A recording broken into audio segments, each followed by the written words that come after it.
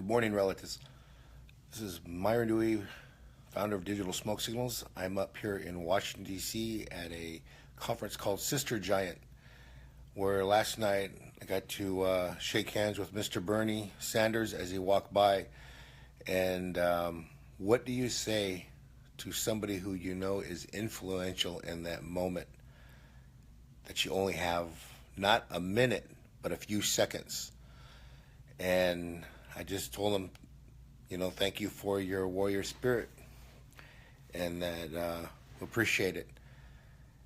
I could have said anything else in that moment, but I can see he's working hard, not just for his state, but also bringing out the issues and awareness of the environmental issues of the Dakota Access Pipeline and what's happening there in Standing Rock and all along through many other communities.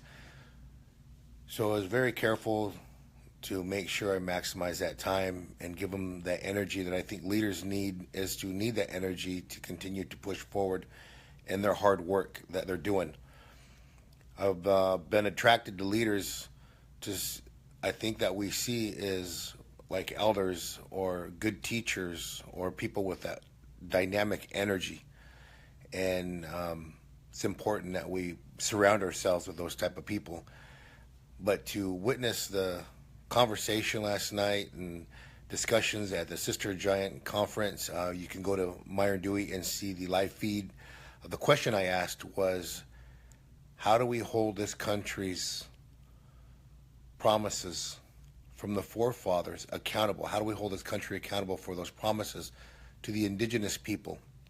And there was a prayer said, and I felt that was the start, is to acknowledge that it was done in a beautiful way, to acknowledge that there is a lot of hurt. So today, after the conference, had a lot of conversations, and many people knew about Standing Rock, and the question is always, what do you do? What to do? And so, of course, they wanted to look at how can they support, how can they donate, what is the next move. I let them know that the tribe is no longer taking donations from Mr. Chairman from the Standing Rock tribe. They will not be taking any more donations, and that the next step is the legal collective, which is the protection of the water protectors right now. The other question is the tribe supporting them in that process? And I'll be able to answer those questions when I get back down to Standing Rock and have an interview with the chairman. The other question is the Dakota Access Pipeline drilling. Well, we showed documentary footage of that happening with Young Turks right before I left. You can check on Young Turks and see that the pipes were set in place. What we understand from the Dakota Access Pipeline is that they've confirmed that they've filled their pipes and of oil. The other issues that arise from emails that are being sent in is the pressurization of the pipes of the safety test was not done accurately. So that is another question, is how do we hold them accountable? I think the main question is how do we hold them accountable, because the camps are in cleanup right now, and people are worried that the camps are getting raided. I think when you see a demonstration of prayer, is what I explained last night at the conference, is that this is where the raids come in. And this goes all the way back from the ghost dance and farther up. When tribes are in ceremony and when they're praying, it really sends this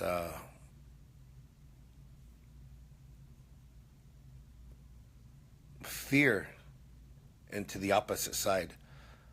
And what we witnessed on top of the above of Osheti was that fear is full-on militarization to come in and say, you cannot do this. Not even let them finish, not even send in a negotiator, somebody to just say, hey guys, can we see what's going on here? Nothing like that. That's not what Morton County is about. And from what we see up here, Morton County is pretty much on the map on the what not to do. Again, I'm in Washington, D.C. now. I'm going to share a lot about Kirschmeyer. I'm going to share a lot about the officers below him. Officer Hall has made himself pretty famous when he stole the drone back in October 8th, and then the officer inside October 8th as well, when they told me I would be loitering. Those are the really famous scenes people remember, is those two officers that they continually see in the front lines. And again, yesterday when they witnessed the officer yelling, it was like, why is it got to be such a high energy tactic? Why can't it be a compromise to have somebody go in? Along the road, we haven't been seeing that happen, with somebody to come in and peacefully communicate with the water protectors. So the Army Corps of Engineer Land is going to do an assessment. Yesterday we had photographers and media on the ground sharing their live feeds with BIA, Army Corps of Engineers, ATF, and tribal leaders, which we didn't get to see who the tribal leaders were, come in. And I'd like to see a little bit more cooperation and understand who is at the chain of command, so we can follow through and there's not a chaos. Right now, there does need to be help cleaning up the camp. That is most important. After the veterans came in, there was a blizzard. Between 14 and 15,000 people were there at the camp. So it left a lot of trash and garbage because everybody had to go into safety and get out of the blizzard. So that's the main concern right now. The other concern is the Dakota Access Pipeline. Without them, none of these issues would be there. None of the problems would be on the land over there. The land is desecrated sacred sites. Desecrated sacred sites. And so we're going to continue to pray for the officers over there and the National Guard, the militaries on that side, the mercenaries that aided Morton County yesterday. In the drone footage you can see from Dean that went up, he documented, they're still standing there with them. Now that was on private land, so the mercenaries had no reason to be on private land. Those are the things that we're seeing that are not being upheld in the court of law, in the law enforcement there, following their own rules. The environmental issues, EIS impact is also an issue here we're going to discuss. So I'm at a really cool conference where there's a lot of strong, empowered women that are really creative and really smart, and I want to be able to, last night was the discussion to have a think tank and discuss strategies and solutions for what we're witnessing over there in Standing Rock, because as the executive orders were discussed as well, that is going to be an issue with the Dakota Access Pipeline and the Keystone. So I'm looking forward to sharing with you guys what the conference brings out, and the strategies and the brainstorming, and to empower as well as to be empowered. So that's going to be my morning start here. The messages that are coming in are starting to build up into over 1,000 again, so it's getting really tough. First few hours is dedicated to checking all those and getting back to you guys. So we got to be consistent with that. I'm going to use a little bit more online brainstorming what we're going to do. And the road, as far as we know, is not at the pit stop going into Osheti is no longer the roadblock from BIA. It's not there. I know personally when I was there, they were checking in to March 30th. I was standing right there at Prairie Nights when they checked the officer in, and that's his stay.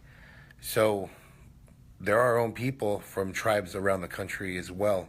So we have to be mindful, relatives, and be respectful that you are in solidarity, and find somebody that is a tribal member to come and speak if that is going to be on the land where you're standing, which is Osheti, Rosebud, or in Cannonball.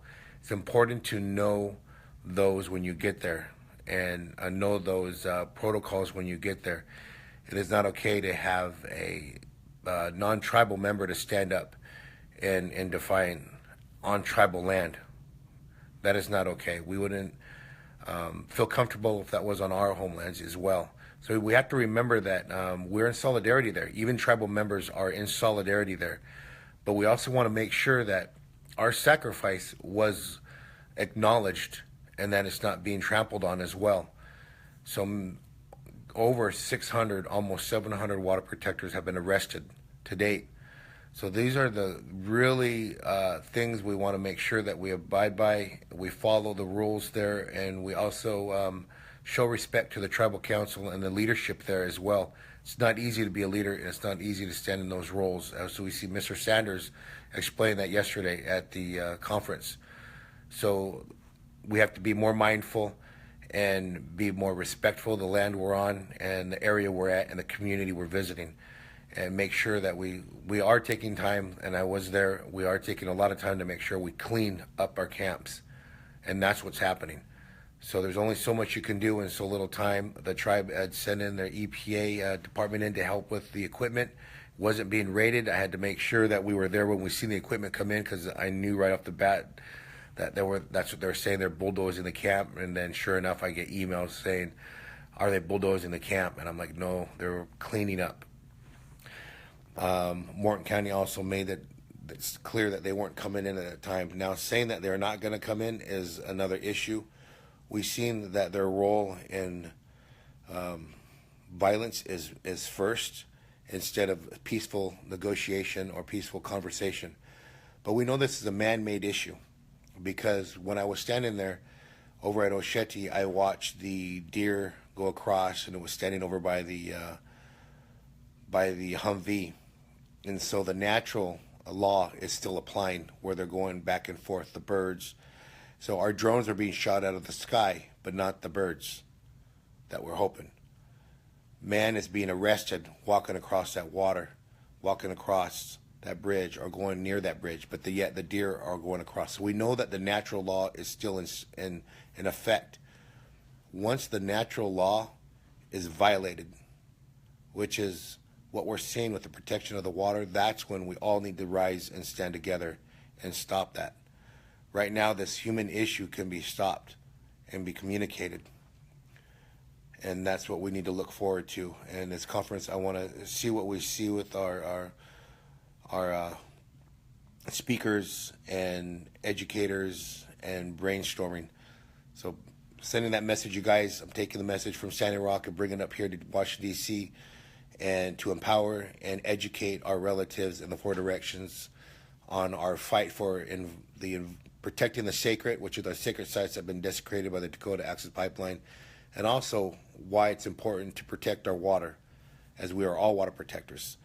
And sending blessings to Morton County and all of them officers that are watching this right now in a good way. When you drink water, you're drinking water life, and without that, you wouldn't be here. So we're praying for your water in a good way. Many blessings, relatives. I'll give you another update, and we'll see where we are this evening in the conference today. Aho. Oh yeah. Bija tumia nanishta hayarwa, nanishta mogoy. Na bija. Bija pewa.